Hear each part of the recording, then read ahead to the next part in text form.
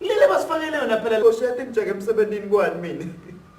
Hayi wena msawumnye ngathi igaba lesithathu ihamba phela kosha itithi nyalo. Sigaba secala tasihamba i-voter validation. Lapho khona sithi hamba uye emphakathi wangakini uyohlolisisa ukuthi le mininingwane lewayibhala ingiyo yini nendzawo la tovotela khona. Niyo kahle nje sithi lapho kosha hlolisisa imininingwane yakho nathi sibambisane ukuthi imininingwane yakho ibhaleke kahle yini. Nani. Hayi phela lokho kutewondeka lebo 22 June kuyale ku12 July. Yebo bese ke sigaba lesilandzelako nomination coach lapho khona kubheka ukuthi ngenkundla inominate lokungenani bantu labacala 3 kuya ku20 kuze ke umuntu anqonye kufuneka lokungenani abe nemavotilani 10.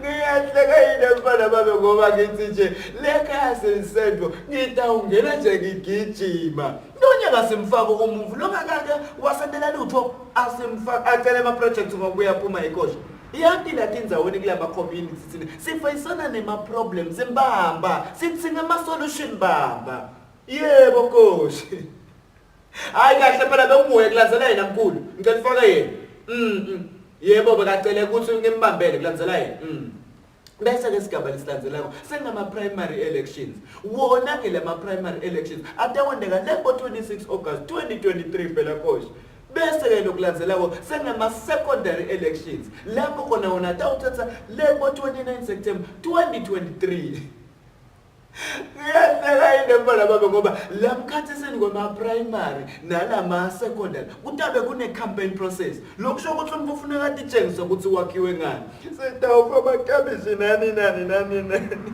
okulandzela mina ngiyabonga sisi Lo mlayeto nolethelwa baka EBC Elections and Boundaries Commission of Eswatini.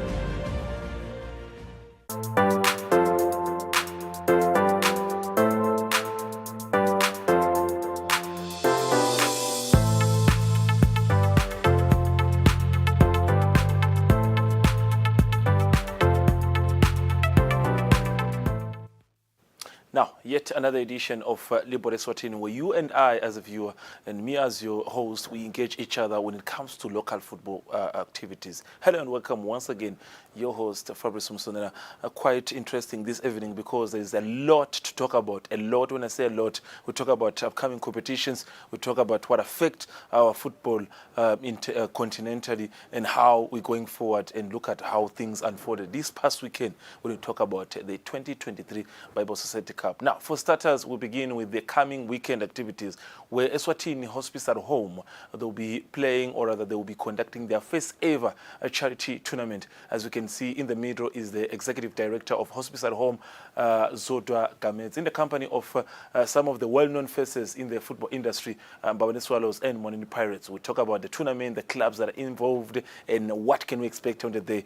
Remember, the winner on the day, Uhambe Kaya na 100,000 Malangeni. We can't wait to hear hear from Hospices at Home Admin and Communications Officer, Mr. Mlondi Gameza, just to give us an overview. Otherwise, we touch on what's happening in the women football, where COSAFA Women CAF Champions League qualifiers, our team, Young Buffaloes ladies team, has been drawn in Group B alongside some of the well-known big guns like your Mamelodi Sundowns ladies team, or like Conte the Sol from Mozambique. Those are some of the teams that they'll be playing. So the tournament begins on the 30th to the 8th of August next month. We touch on that with our in-house Linda Lamini. This is the draw that was conducted by COSAFA officials earlier on Thursday, just giving us an overview to say we can expect a load from our for the team that has been there before. Otherwise, there's the Bible Society. We'll catch up on how things ended on the day, look at the first game, the second game, look at the final. And also, we got an exclusive interview between the Chief Executive Officer of Premier League of Eswatini, Mr. Makanya, just to give us an overview. What can we expect? When can the season expect? So he caught up with our in-house analyst, Ndadla Mini, who asked him, what is happening with this issue of charity tournaments? Where is the football, fraternity, especially the Premier League, filling in all those issues? And he also gave him an update of when can we expect the season. To my surprise and to your surprise, Kenneth Makanya says the season starts during this month. We can't wait to hear what Lamine has to elaborate on that. Otherwise, for the remaining 51 minutes of this hour, I can already introduce you the guest for this evening. It's his first time in the studio, Mr. Mlondi Gameze. Singasho ukuthi usebenzela inhlangano ya Eswatini Hospice at Home. He's the admin and communications officer. Sikuvusele Gameze, and you want to shake my hands? You can shake my hand, it's allowed. But kulo muntu nje lokuhlelele ekhaya nje utibuta ukuthi kodwa nasikhuluma Hospice at Home. Before we talk about the Charity Cup, let's talk about lo msebenzi on its own of Hospice at Home.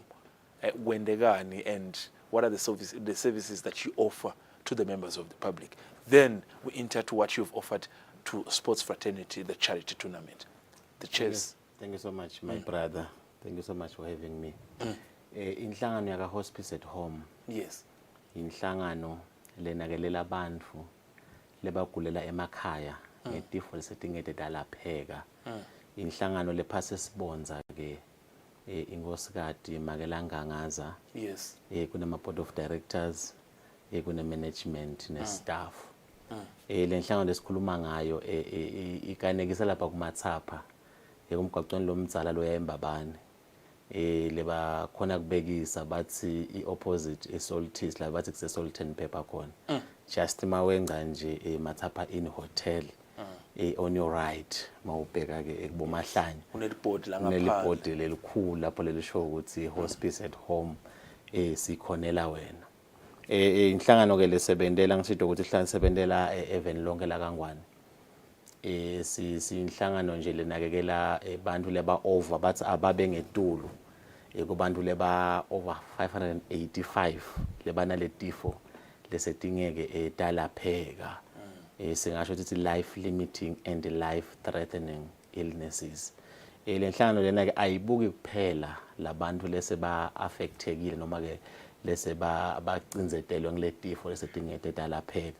Iphindze futhi inake the immediate family members noma ke umndeni waloyo losuke esahlaselwe ngileso sifo lese suke simphethe lokufaka ekhathi indzaba dabo cancer kakhulu it has affected even la kaNgwane.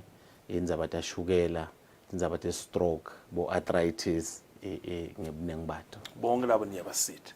Now the viewer at home has an idea of what your organization is all about. Umuntu landzela ukuthi okay, Hospice at Home, Charity Cup, nizama kwendana. Take us through. The images are there. There was a launch. How come football? I'm sure you were on the round table when the idea was discussed. I'm sure the executive director Magezota Gameze wakubita ukuthi nawe awube ingcenye lomhlangano. Kwadiscusswa nakhetsibola for many reasons tasicazela, but the idea ukuthi you get into sports yaqhamuka kanjani? Okay, thank you so much my brother. Benjoba bengishito kumaphambilini ukuthi lesiknothisile sinhlangana ka Hospice at Home sisabuka sibuye ukuthi nasibuka na kule system referrals noba naba le baselayinini ukuthi nawo bafuna ukusidwa ngule nhlangano yaka hospice at home bengisho ukuthi inhlangano le lenakela abantu aba over 585 kulama regions oy4 which means per region kuna nesimunye lobuke i-region yonke, can you imagine? And then sesina social worker munye lobuke the psychosocial part noma ke lenhlala kahle yaleto tikulane tethu na lo mndeni wabo even lonke la kaNgwane. So yena sithi siyabuka sibona ngazuthi liyanza linani lebantu lebathi ngalusito la ka hospice at home, yet singathanda nje kubonga uhulumende wakaNgwane nguyelwe isekelako le yanhlangano but unfortunately le kulese noma ke la isekela ngako akuba enough because nasingathi nje siyabuka fuel uyanyuka ayike nyuki isubvention uyanyuka indzaba njoba ulat level kaNgwane li level lingasiyo lelihle kude emgwaqo noma ke la sihamba khona sinesho sihambe emakhaya, so we don't have enough cars lesikhona ukuthi si-attende ngato la maswati. Sinenkinga ye staff sincane nasina sibabona ke labantu banza baba banengi lebatsinga lo sithi no bantu labatsali management seyithi asizame ku create i-awareness whereby sithi nje kulamalanga we want to reduce the cost of palliative care. Sithi people should screen for NCDs so that abantu labanyenti batosheshe batati isimo sabo ukuthi beme njani basheshe basitakale liyancipha ke le line leliya ka hospice at home. Hospice at home sewuyakhona ukuthi aphefumule akhone ukuservice emaswati ngendlela lafise ngayo emaswati, because maswati sataza afike lapho khona athi hospice at home akasasebenzi kanti hospice uyasebenza nede semkhulu umthwalo luncane lusito. Ngiseshito njalo ke i-objective yesibili iyathi ngisho ukuthi kuncane noma i-support siyawubona ama companies kwala bakufakako uthola ukuthi lawo ma donations but ke akaba enough usebenza lo msebenzi lomkhulu kangaka. Sesithi ke no asingene ebholeni ukuthi umuntu nakusifika kanjani ebholeni. Ibhola siyayadi ukuthi ithwala abantu labanyenti noma ke large population, so lesingakhona ukuthi nasihambisa lo mlayito wethu lengikhulume ngayo ukuthi sithi nciphisa indleko tekunakekelelwa mase ugula noma ke reduce the cost of palliative care. You should screen for those NCDs. How do you screen for you avoid reporting ukuthi nami ngitsinga lusito? You go for screening. Take us through the theme so that wonke umlandzeli nakaye inhlangano ngemgcibelo ade ukuthi uzama kuthini.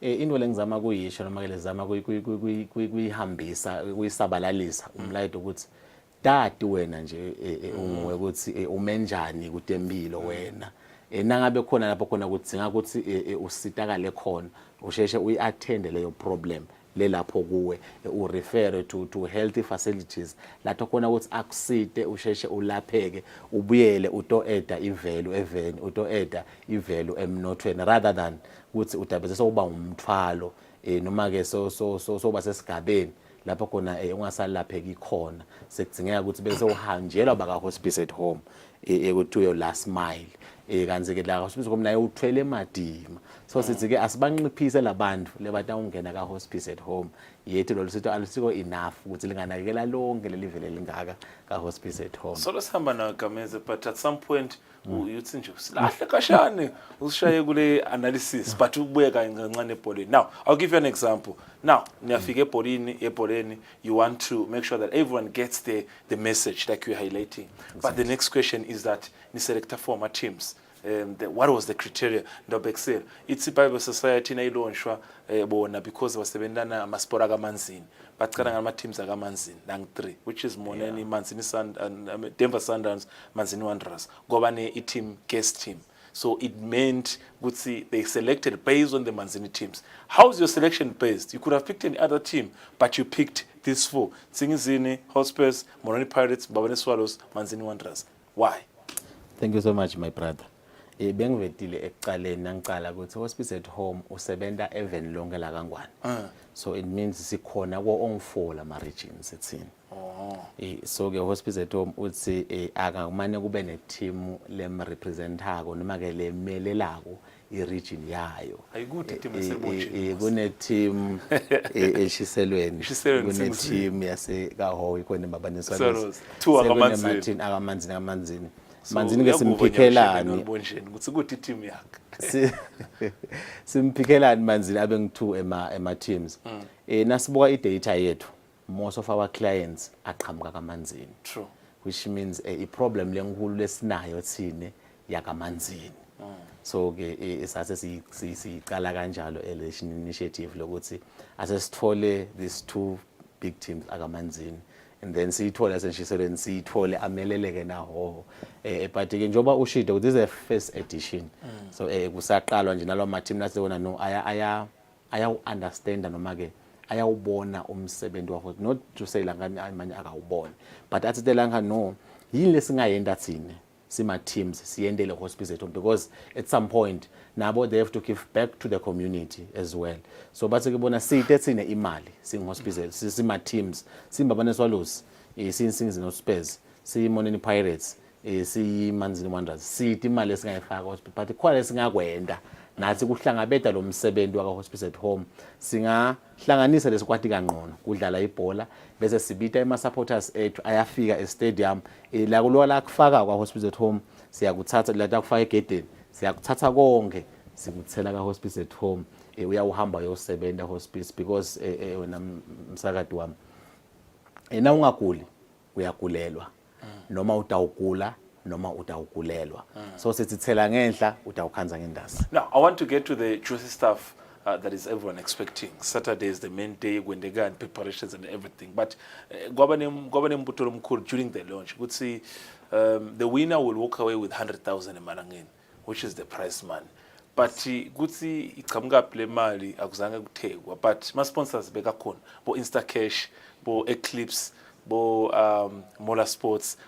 The idea is that lo 100,000 uqhamuka kulabantu noma nisa decide ukuthi uqhamuka, because you announced ukuthi the winner would walk away with 100,000 emalangeni, but it is not clear where the money comes at all. Thank you You so are much. not comfortable to announce during the launch, let me say so. Thank you so much. Ngicela kuveta nako ka hospice at home we don't have sponsors. Okay. Sinebantu what we call friends of hospice at home. Okay. Lebathi nabo ngete sahlala nje sibukela hospice at home athwele umsebenzi lomkhulu kangaka even singamlekeleli. So sathi masichama with this initiative kwaba khona those friends of hospice lebathi no abahlanganise babodwa lapha yini lebangaqhamuka nayo lengabese kumbe lama teams asadlala lapha lokungawajabulisa nje. We know ukuthi it's not enough for the teams la lapha kule tournament, but bahlanganisa babodwa bathi no asihlanganise noma ke at least 100,000 bangilabantu soba mentionile wena ukuthi manje nje kubekwe that prize money winner takes all. Now Saturday preparations Kambajan in terms of the main day on its own. Siyathi ukuthi first game kune Monini Pirates neMbabane Swallows, then the other game in Nsingizini in Wanderers, then champions they meet on the final. It's in Hlangano at the Kings of Memorial the second in Hlangano Stadium. Preparations malungiselo Kambajan so far. We are very happy to announce ukuthi stadium sesihlolile sesilungele kuthwala eMaswati ileta hamba ayobukela lemidlalo lemkhulu nakangaka enhlangano. Ngiyajabula nekusho ukuthi umgwaqo ngiubonile muhle lo yenhlangano eMaswati nje akakhululeke this time around ngeke azabe khona emaphanchara lamanyenti due to ibed umgwaqo lomubi lapha endleleni. So ke lokunye emarket atawuvulwa nga7 ekseni so that stores ama ukuthi sinciphise le congestion lapha emarketini. We know ukuthi la kuneMbabane Swallows khona, la kuneMonini Pirates khona, kuneManzini Wanderers, kuneNsingizini. Not to say abantu lebatawuya lapha ebholeni ngilaba lebaklala ama teams la nga otwana. We know hospice at home weMaswati onke. Ngenhlangano lesebenzela eSwatini isebenzela eMaswati yeMaswati, which means onke eMaswati nalama teams la ngekho kule edition le siyathi ukuthi siyethemba futhi lokuthi atabe akhona le. So ngiyosheshe savule emagede ukuthi bangene onke eMaswati ayohlala abukele lemidlalo lemkhulu kangaka. Ushito umdlalo weqala kutabe kuneMbabane Swallows itabe ineMonini Pirates nga9 bese kuthi nga11 iyangena Nsingizini no Spurs ingena neManzini Wanderers bese nga1 lomkhulu umdlalo ngiliba ubhenga lenhla ngemehlo labovu bantu basenshiselweni lapho khona bayawubukela iBearing idlala neManzini Inhlangano Central High School. The break emkhatsini nje kune entertainment. Yeah sitawubona ukuthi ngibani the future stars futhi yeah abaqhamuka bo-pairing ukuthi beme kanjani. Yes, ngosiyami siyathemba nje ukuthi ilungele iCentral because iBearing inebuhlungu lebayehlela nayite emavuso nayite odlala nalesinye isikole lapho khona yayijika ingasibo mnanzi. So siyathemba lokuthi itawubuyisa sifundisayo kunhlangano Central. Nenhlangano Central nayo ithi ngiyo le rulako enhlangano. So apart from that, okay, the final is at 3. Apart from that, no other entertainment we can expect on the day. Singiyabekisa nje before the game at 9 o'clock or before the actual final, emkhatsini kwa 1 na 3. Yes, there is that game, but that's what we have for the day in terms of what you can expect on the field of play or during the stadium. Na uthi uthatha kubuka le fixture kugcwele. Yes. Kugcwele kude lesingaphinde sizame ukufuna ukufaka la kathi because igame ya 9 iya ku11 ya 11 iya ku1 ya 1 iya ku3 nga3 sengena ifinal iyaphela nga5 sesiya seku prize presentation nabo bonke. Now, beautiful stuff. Thank you very much, Mr. Kametse. We are very much informed. We appreciate your presence and good conversation. I enjoyed this. I mean, I wish we had an hour or 2 hours, but and I think you've got that thing, man. You can own your own speech. So thank you very much. We keep in touch. We're there on Saturday. That's the promise. Eswatini TV sports team were there on Saturday, and we give you the fullest coverage since we were there in the launch. During the launch, beg your pardon, we'll be there during the games and during also the post games. We might get comments from you. We'll see. Thank you very much for your time. Thank you so much, my brother.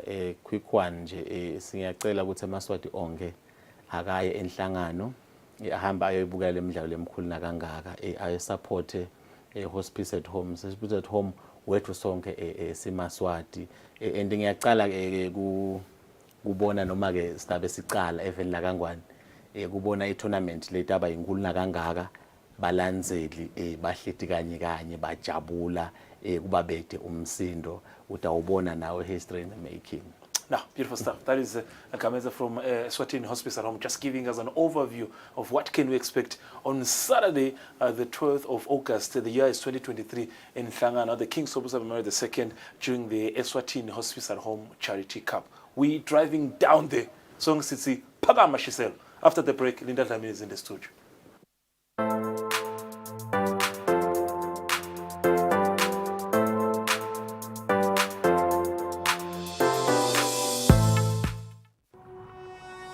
When you choose your adventures, you do so with an open heart and a desire for the unexpected. You embark on journeys to discover new worlds full of wonder. You choose a path to awaken your senses, a world to make you look up and realize just how inspiring this life can be. Arrive and awaken your heart. Explore life in ways only thought possible in your dreams. Discover just how far you'll go to expand your understanding of life's greatest mysteries. There's just one place on this planet with so much to offer. Now is the time for you to have the royal experience in the kingdom. Hello everyone and welcome to the show. You know the vibes, it's the beat down. The time is 8 p.m. It's time for you to relax, sit back, relax, and enjoy the music videos that I got for you. Moving no direction, like it's a calling. Been alive in the middle of nowhere. Shake the ground and burn the air. So yeah, yeah. You don't have to hold back for anything or anyone. Just on this.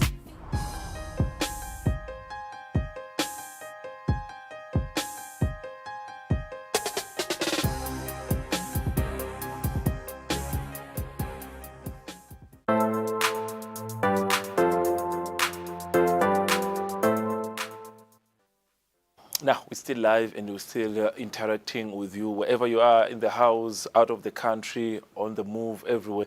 It's all about football and local football in the Kingdom of Eswatini. Sengivele naye our in-house analyst, Linda Dlamini. Lesingasho ukuthi for Tuesday and Wednesday, he was in Singatsini. Bega indoors, just doing his research, preparing for this specific show to make sure that you get the right information without fake news, but only accurate news. Nguvusele Nkosi.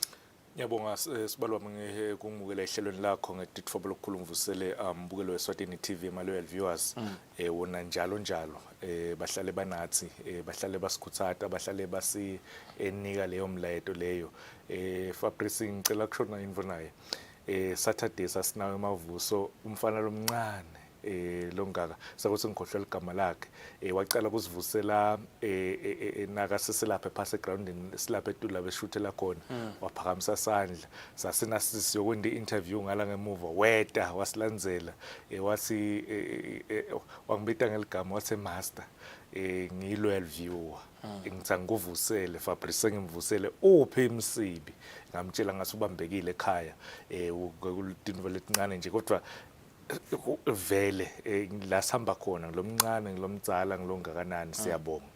Now, that's what you want. Good feedback. Thank you very much, Dlamini. Now, hospice at home, master. Uyamuva kutsini hospice at home. Hospice at home Fabrice njoba sebashilo ukuthi benda ini basite eMaswati kanjani lapho khona labanye bangakhoni ngiyakhumbula ngiyabona umnyaka lengi2 lendlulile khona inzaselela khale ngahamba nayo iya eSiphofaneni baka hospice at home bayonikela kudla nemaphilisi kwafike kwangithinza enhlitweni yami ukuthi labamvukanzi benda umsebenzi lomkhulu kangaka even so nyalo sebasonzele ngala ibholeni ngicaba ukuthi ngishilo nasevikilini leliphelile ukuthi nawufuna bamvu kumarket kakhulu noma kukhangisa kakhulu tinvo takho ungena ngala kutemidlalo njengoba ngisho ukuthi umsebenzi lwento ehospice at home labanye abawunaki mkhulu kakhulu uyayithi na uhamba lamakhaya ubone bamvu tidzingeko tabo ifike kutsinze lenhlitiyo nyalo ke sebete ngala ibholeni ngicabanga ukuthi naloko info lenhle ukuthi bawuhlanganisa bamvu khona enkundleni yeKing Sopuza the second memorial enhlangano lapho khona eMaswati njengoba ileague sengaqali batawuhlangana bajabule babuke amacembu abo likhona licembu laseshiselweni akhona kaManzini likhona laseMbabane ngicabanga ukuthi dinvo leti lesidinga kutibona ukuthi ema-pre-season tournaments abe manyendana belithanzana kude labadlali sitababona sibona ukuthi isizini ilungiseleleka kanjani. Now, there you have it. Thank you very much for your information, Master. And to add on that, he's going to be there on Saturday in Hlangano. So if you're a loyal viewer, lesingasho ukuthi kuphinze kube ekhaya kuye nje kuyenhlangano, it's something that he likes. So he will be there. He will be interacting with you at the stadium to make sure that you can come closer when he's not working though and ask any questions, but he's coming for the weekend. It's an invitation. You can note it somewhere. Linda Dlamini, Master, the loyal viewer, is coming to Hlangana to cover the 2023 Hospice at Home. Master, there was a draw earlier on. Young Buffaloes led this team. Kosafa CAF Champions League qualifiers. Sibonile idro yendega on the day. But lesingasho ukuthi every time there is that confidence that maybe singayisende kahle kulo mnyaka, but all the time the games we don't get good results as a country since basuke bamelele leave. On today's draw, Master, what can you expect from this Group B? These are the draw conductors during the draw earlier on at the COSAFA offices in Johannesburg. What can you expect in terms of today's draw, Master? Fabrice itfonsiwe emacembu atfonsene emacombi latawudlala indzebe kuhlungela indzebe CAF Champions League yabomake. Siyakhumbula ukuthi lo mcuthelwano lo uqale eminyakeni lemithathu lendlulile lapho khona licembu leManzini Wanderers laba licala ukuthi liyodlala Young Buffaloes yalandzela seyiyabuyela futhi yona Young Buffaloes nawubuka solo kwaba khona Fabrice licembu le Mamelodi Sundowns laba licala ukuthi lithathe iChampions League yabomake lapha eAfrica sorry Young Buffaloes bomake batfonswe ngaphasi kwa Group B lapho khona batfonswe nelicembu lase Comoros nelicembu lase Mozambique nelicembu lase Ningizimu Afrika lokuyimamelodi Sundowns and nawubuka kulawo maqembu lawo Fabrice uyabona ukuthi ilicembu lelicishe ngathi li stronganyana imamelodi Sundowns Olympic de Moroni yase Comoros yes nabo eComoros bafana neYoung Buffaloes because inawubuka ukuthi labo make indzebe league cishe sabayithathe emahlandla kulandzelana so uyabona vele ukuthi kutala icembu lapho leComoros nakhona labalitsembile kodwa Comoros Eswatini and Mozambique nawubuka le Costa nayo dominating just like iya dominator kodwa njoba ngisho ukuthi nawubuka kulabadlali labangena emakhaselweni esive yes nayo iDimarone akhona eComoros incumbi yabadlali bachamuka kuleli cembu leli labangena ekhaselweni lesive nangala eMozambique kodwa iYoung Buffaloes ngicabanga la sebakhona babekhona esikhathi bayidlalile iCOSAFA sikhashanyana lesitse badlala futhi na Champions League njoba ngishito lengicabanga ukuthi Young Buffaloes ilandzela yona iMamelodi Sundowns kule group le kodwa nakhona akusiniki ukuthi singaditshela ukuthi iMamelodi Sundowns if singayithola idraw neswine kulama teams lamanye Olympic de Maroni yase Comoros neCosta de Sol yase Mozambique then sine chance. Master, our top player, Young Buffaloes, Celiwe Ngambule, over 70 goals. I think in the past 2 seasons. This year is over 50 goals. Over 100 goals. Over 100 goals in both seasons too. This season, over 50 goals. Yes. He can score against these teams. I mean, she can do the best. Sikhathi sifikile Fabrice ukuthi at the highest level because siyambona la ekhaya week in week out uyawashaya amagoli and this season cishe le role yakhe ishintshile kancane washo naye ukuthi le role bese siyashintsha kancane because Tenanile senguye lo dlala as a holding number 9 yena uchamuka athole le free role lokusho ukuthi batawugatsa yena kanzi ukhona Tenanile lapho uyawashaya amagoli naye ngala kumnika leyo chance ukuthi angabi target because usabuya nak injury bekasane salivolo lakhe ngicabanga nje ukuthi yona iYoung Buffaloes kuya khona ku CAF Champions League qualifiers ngiyo lene chance emva kwayo iMamelodi Sundowns nawubuka labadlali nje obasoshilo ukuthi kunabo Cece i-top scorer for the past 3 seasons bakhona betenanile many singanje ukuthi coach atfole kahle the right combination amotivate abadlali bahambe bawudlala. All right. Singasho ukuthi the way she's so committed to football, representing Young Buffaloes. I mean, it's not so normal to get ladies top scorers scoring those goals. I was tempted even to call her a he because of the way the goals have been coming, but that is also known as Celiwe Ngambule. She's doing well. Now, this is other teams, Green Buffaloes from Zambia. Remember, Master Stingau only one from these 8 teams. Champagne from these 8 teams. We are just for the general then a CAF Champions League. No, Masingaba number 1 in Group B. Before maybe we move to other things, can we overcome the Green Buffaloes, double action ladies, Lesotho Defence Force, and Topua FC from Malawi?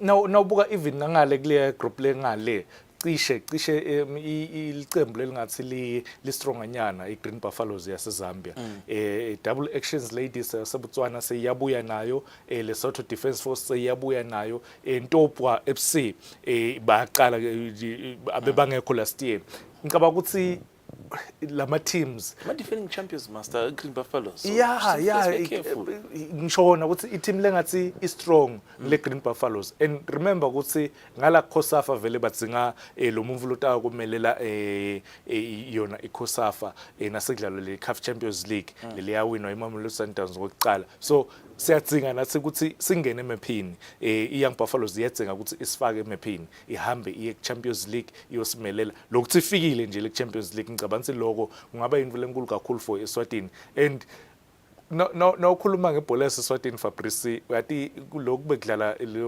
iWorld Cup yabomake manje ngifuna ukuthinza lokho master ukuthi before we move on 4 ebadlali from Mamelodi Sundowns were from the World Cup in Australia and New Zealand. So we're playing against players from the World Cup. Even nangale ku Green Buffaloes yes nabo babuya khona no beba AFCON last year baba kuma Olympics even last year, so ngicabanga ukuthi le experience ikhona ngale thine sisebenza ngeexperience yalana kuKhosafa kodwa lokho ngeke kuzivimba ukuthi sihambe. Bengifuna kushona inibona ukuthi uyathi kuyaslimata nabasho umlando wa coach wase South Africa Desiree Ellis ukuthi i-debut yakhe umdlalo wakhe wokuqala nakadlala ku national team ibanyana nga 1993 babadlala neSwatini washaya 3 goals lapho khona bashaya 18. Ngicabanga lo mlandvo loyo kudzinga ukuthi manje sibe sadlala kuphi manje sibe sesiyawo ngicela kule history leyo sadlala kuphi khona eNingizimu Afrika bekumdlalo wokuqala iSouth Africa solo ibuyile bebayibenchile ngenza ba apartheid so nayibuya back yadlala umdlalo wokuqala neEswatini akusiyo umlando lomuhle lo, so siyathinga ukuthi naba labakhona nyalo going forward kuyale phambili bakususe lo mlando lomubi so washayela amacembu aseNingizimu Afrika. Quick one masa mfuna siye ku PLE, but before we go to PLE bobhuti babo Young Buffaloes they have stepped down, they have withdrawn from CAF Confederations Cup. Sibone tinzaba tiphuma ukuthi sebaphume bekufune badlala neSikhukhune United from South Africa. Kusho ukuthini lokho master engabe iCAF tawuthini kulenzaba?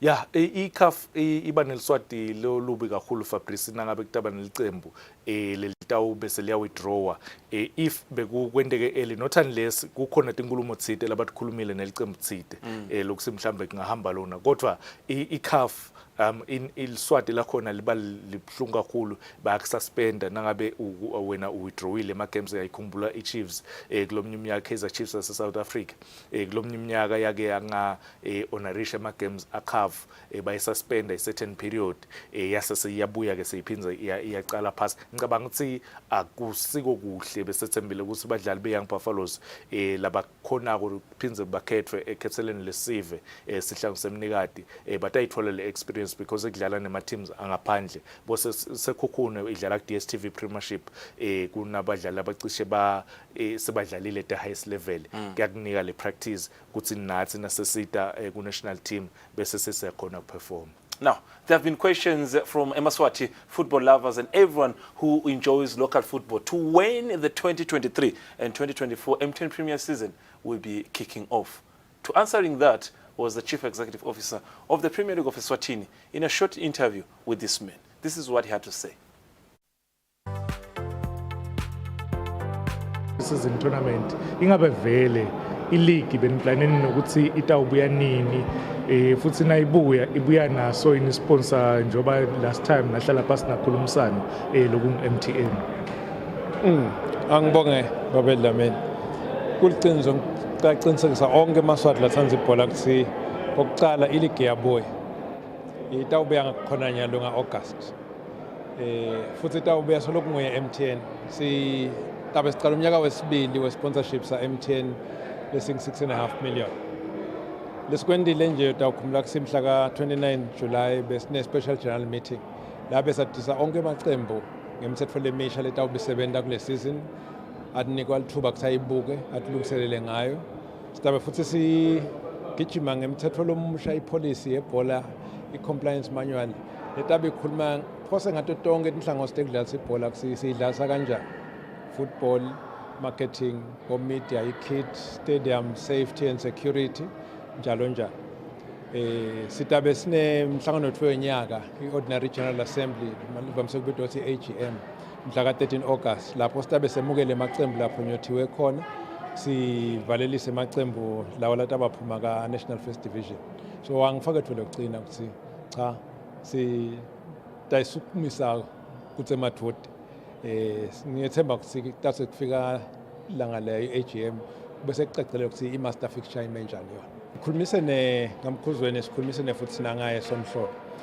Mkhuzweni phose uthi yongumabhalane jikelele babe mngometulu ukuthi phose uyalunga usakade system thola nini kepha wana sebatholile i-handover kusise ngakhona i-occupation certificate tabe senathi siyakhona kumsebenzisa so simbhekile ngalabofu bekasithembisile ukuthi na somhlolo nakhona i-refurbishment ama-renovations akhona nawo bekabheka singaba salungile kepha uthi tekutabe kuphela lo mnyaka uyethemba ukuthi sitabe sesikhona nekubuyela kasomhlolo mhlawumbe nje lokunye CEO ngenaveta embikweni lenithumelele betindzaba ukuthi emacembu niworried ngana-ke ama-tournaments the mini tournaments ladlalwa without i-permission ya-Premier League kanzi ngibo lababuke kudlalisa umdlalo esigabeni lesetulu. Vele silikhiphile indawo thini i-memorandum sikhumbute amacembu ukuthi onke amacembu lakhona ka-Premier League naka-First Division uma kunemuntu loqhamuka ngaphandle lofuna kubendela imidlalo lethide nakungetulu kwe-practice match nasho ukuthi nje siyadlala silicembu le-Premier League nalenye niyatendela lo nase kuba ngu-sponsorship lesihlanganisa amacembu lamane sibese sibheka ukuthi kutawuhamba ngelihhovisi lami bete basibikele ukuthi kunalo sitho lofuna kudlala ngoba bese kuthi ngathi kwakhiwe imithetho ke ledlalisa ibhola yakhiwa ngithi siyi-Premier League bese siyayingcutfulisa ku-competitions committee ya Football Association ayibuke-ke competitions committee bese uyifaka ku-executive ya Football Association uyayibusisa kuyingodi-ke ukuthi kutawudlalisa i-tournament yebhola emacembu ka-Premier League singekho ekhathi ngoba ibhola inema-risk inetingodi letisi-ke nasekonakele bese kubutwa yona i-Football Association sinatini ngalokhu kwendeke njani kucala kulimale eMaswati la so besikhuthatha nje sibakhumbula ukuthi siyi-Premier League sidlala phasi kwayo i-constitution ye-Football Association kufuneka nathi sitiphathe ngendlela lesho ukuthi sisahamba ngale mgomo lekhona le-constitution. Very diplomatic, Chief Executive Officer of Eswatini, Premier League of Eswatini, Kenneth Makanya. Master, I want us to move on to the Bible Society Cup, but we are moving, Master, in Mbemvureak. The question you ask him about the issues of these charity tournaments. Would see Epolen Gunebungoti. Utsini kahle Master. Fabrice la kushoko yena CEO Kenneth Makanya ukuthi imidlalo ye-Premier League yonke konke amaqembu la under Premier League of Eswatini iphethwe ngibo ningadlala nibe nobabili idlale iFabrice FC idlale neMaster FC kude inkinga lapha i-friendly game leyo kodwa once lamaqembu abangetulu kwalamabili sekudzinga ukuthi iPremier League bese soya uba involved kule tournament because say tournament leyo lekutabe sekuta nema rules lama rules ke athathwa yi-competitions committee le ka Football Association tabe sebaniketa yona iPremier League of Eswatini njengoba asho nje ukuthi once kwenteka tinkinga babuta yona iPremier League ibutwe ngiyo iFootball Association ukuthi kuhambe njani la itathi iPremier League asati kanjani because kudlala emacembu abo futhi kudlala ngetulu kwemacembu lamabili lokusho ukuthi mathathu noma mane lekuzingabona vele baka Premier League ngicabanga ukuthi uyibeke yacaca yena Mr Makanya ukuthi vele emacembu ningadlala nibe ngi2 kodwa once nabangetulu kwa2 sekudzinga Premier League so ngiloku bathi on program which means inhamba ngale tigaba yeah ngoba ubika kimi wena ngitshela ukuthi kwendekeni ma teams ngoba nibika kimi emacembu abekala ku-Premier League Premier League ubekala ku-Football Association Football Association ubeka CAF ubeka ku-FIFA khamba nje kanjalo structure in a workplace now the Bible Society Cup Master over the weekend besikhona semavuso it was a goalless tournament onke ama games afika kuma penalties but the attendance Master you are quite happy nabuka lethi ngiyathi Fabrice ukuthi ngicela nje kungakhuza 30 second wakho bakhulume nga 10% namuhla baka Premier League lokuthusela abaningi kakhulu every tournament it's inayidlalwa kube ne certain percentage leya ku Premier League of Eswatini lokuba kube ku 20% but usite Premier League kule hospice at home tournament utawuthatha nje only 10% lolumnye 10% utambisela back kuyo hospice at home so it's part of the constitution we can't argue with that now let's talk about Bible Society Cup the attendance bebakhona abantu you were happy this is as early as 11 for the second game yeah Fabrice bamvu bathelekile ngetingane khona enkundleni yasemavuso kaManzini lapho khona babulala inyoka nawubuka emaqembu labeka khona bekhona iMonen Pirates ikhona iDenver Sundowns ikhona iMbabane Highlanders ikhona nenkhohlwa ini Monen Pirates, Denver Sundowns, Yes. Manzini, Mbabane Highlanders. Mbabane Highlanders, yes. Acishe aphuma balandzeli bobabona luthi sebalambele ibhola sebafuna kubuya babukele emacembu abo labo wathandzako. Ngicabanga ukuthi igame ekuqala liyadlala lapha khona emavuso eManzini Wanderers versus yona iDenver Sundowns. Yes, labanengi mhlambe babuka the players labasazama kubuka ku ngibo baceceshi sababona nabadlali laba menyetiwe sababona Siphamandla Dlamini sababona Bolangelihle sababona even nabadlali bebavele bakhona bomlamuli bebavele bakhona labo ngicabanga ukuthi bothabo langa nabo bebakhona and nangibuka the way iManzini Wanderers liyacela ngayo le game bayadzinga between Thabo and Mlaba.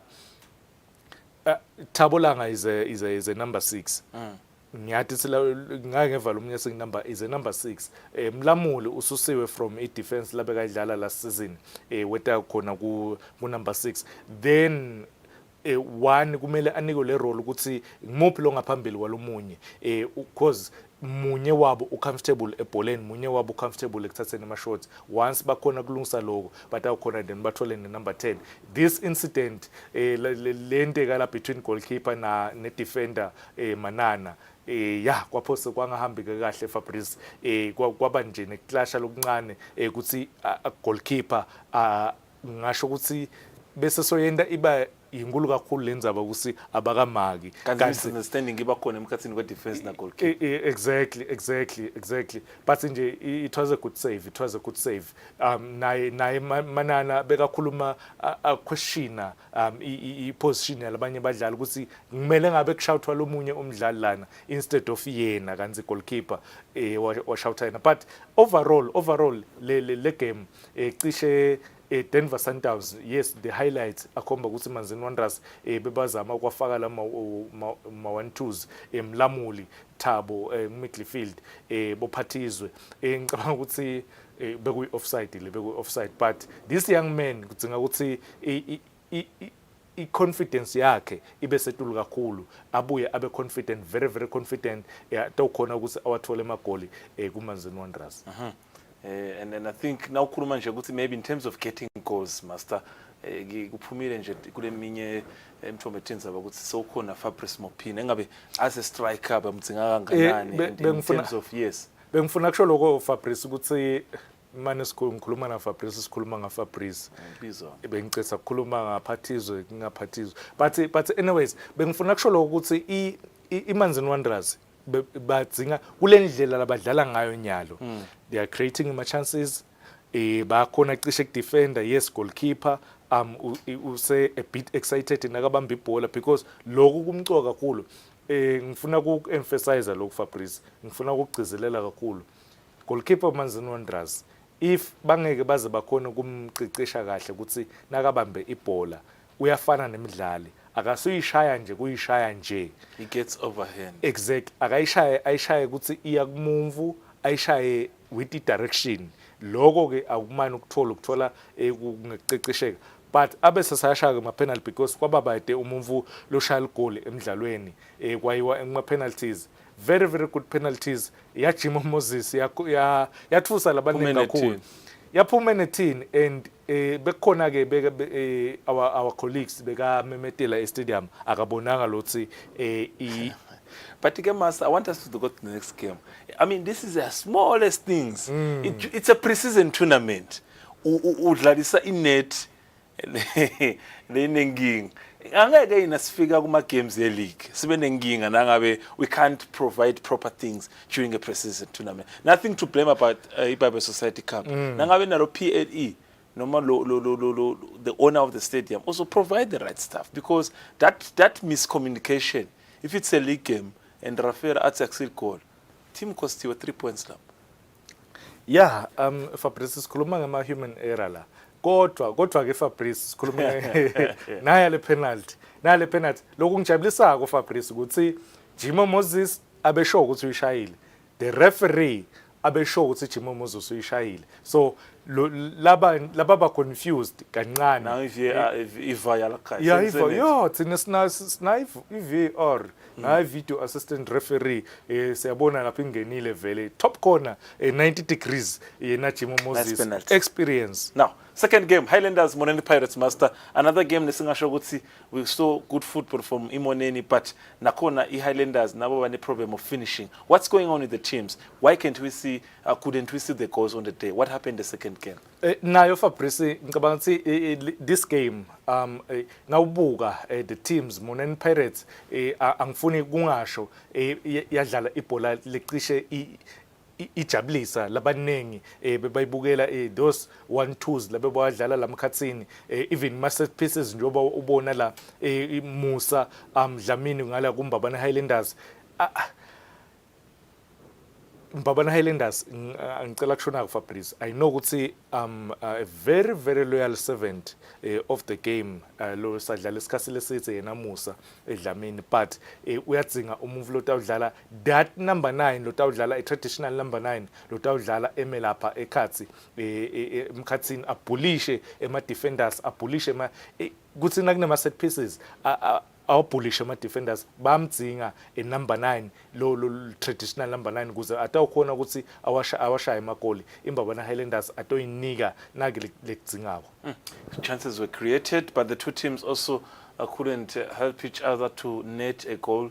So this is Highlanders. In terms of signings, Master, before we go to the penalties, do you think Highlanders, in terms of position, do they need to improve in some positions? Kakhulu Fabrice. Remember, uyakhumbula ukuthi i-defense yabo iyaceka kakhulu. Ngisakhuluma ngeceka nje this is one of the chance, yes, the pressure bayifaka but lwagcina ukuthi iMoneni Pirates nabasafaka le pressure ibe khona, but inhlanhla yembabana Highlanders Fabrice ngicela kushonawo inhlanhla yembabana Highlanders the last line of defense loku goalkeeper Kanyakezwe Master goalkeeper ke kola yini lo yes if uphumile la yini before ipole ham no akaphumi linyawo lakhe ligol line no akekho usembile linyawo lakhe ligol line asisizume ini uyabona la khona that right foot yakhe Master nani line le right foot yakhe Master lo goalkeeper ke kola yini come on Feb lo mthetho Fabrice uthi uyabona la khona uyabona linyawo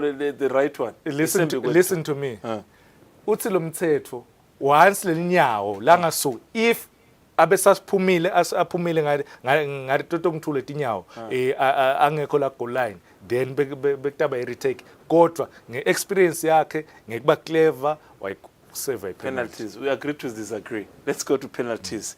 Well taken, and I think it was about experience. Who was better on the day? Now on your side. This player. What a player. I think Nyarwa penalties in my finals. What a player, yes. Sundowns in Babane Highlanders. Ngicabanga ukuthi Fabrice even kule penalty lane yena Kanyakezwe nakhona waphika nje side wa decide kuhamba ahambe straight and uyawabona cishe bekawabona onke lawo ma penalties Rio la ingenela igame who came into the game on the supporters request. Yes, after making noise that we want Rio, yes. Bo goalkeeper kwasekufika isikhathi ukuthi bafeyisane Kanyakezwe Shabalala washaya penalty ekugcina ngaba surprised ukuthi abamnikanga iman of the match kule game le ye final kanzi wakora waseva I penalty and ne play of the tournament but ngicabanga ukuthi is Master going to the season sikhulume imbabane Swallows last week debate of the captaincy. Is he the right man for the armband? Oh, yes, definitely. Ngoba siyambona Mlaba ku Wanderers. Yes. Is he the right man here? I debate on debate. Ukuqala nje udlala onke ama games uhlale akhona leadership ama clean sheets ngicabanga ukuthi uya deserve kuba ngicaptain weMbabane Highlanders. Kube kuhle kakhulu master kuba nawe sitabonana kule mpelasonto King Sobuse Memorial the second lesikhathi sitabe sibukela ihospice at home and we want the best so that on Thursday when we get here you give us the analysis. What can we expect? Kude Fabrice loku special kuletha nje kulethele wona babukela umbukelo weSwatini TV ngicabanga njengoba soshilo ukuthi onke lama games sitawuzama ukuthi siwathebule silethele umbukeli simkhombise ukuthi khambe njani khona inhlangano. They have it. We've come to the conclusion of your edition of Libhola Eswatini on a Thursday, where him and I were all about telling you what was happening for the weekend and upcoming weekend and all those breaking news that have been happening. Otherwise, until we meet again on Monday for the edition of Temidlaro and later on Thursday for Libhola Eswatini, on his behalf, on behalf of the team and Eswatini TV, Silhana Gamnas.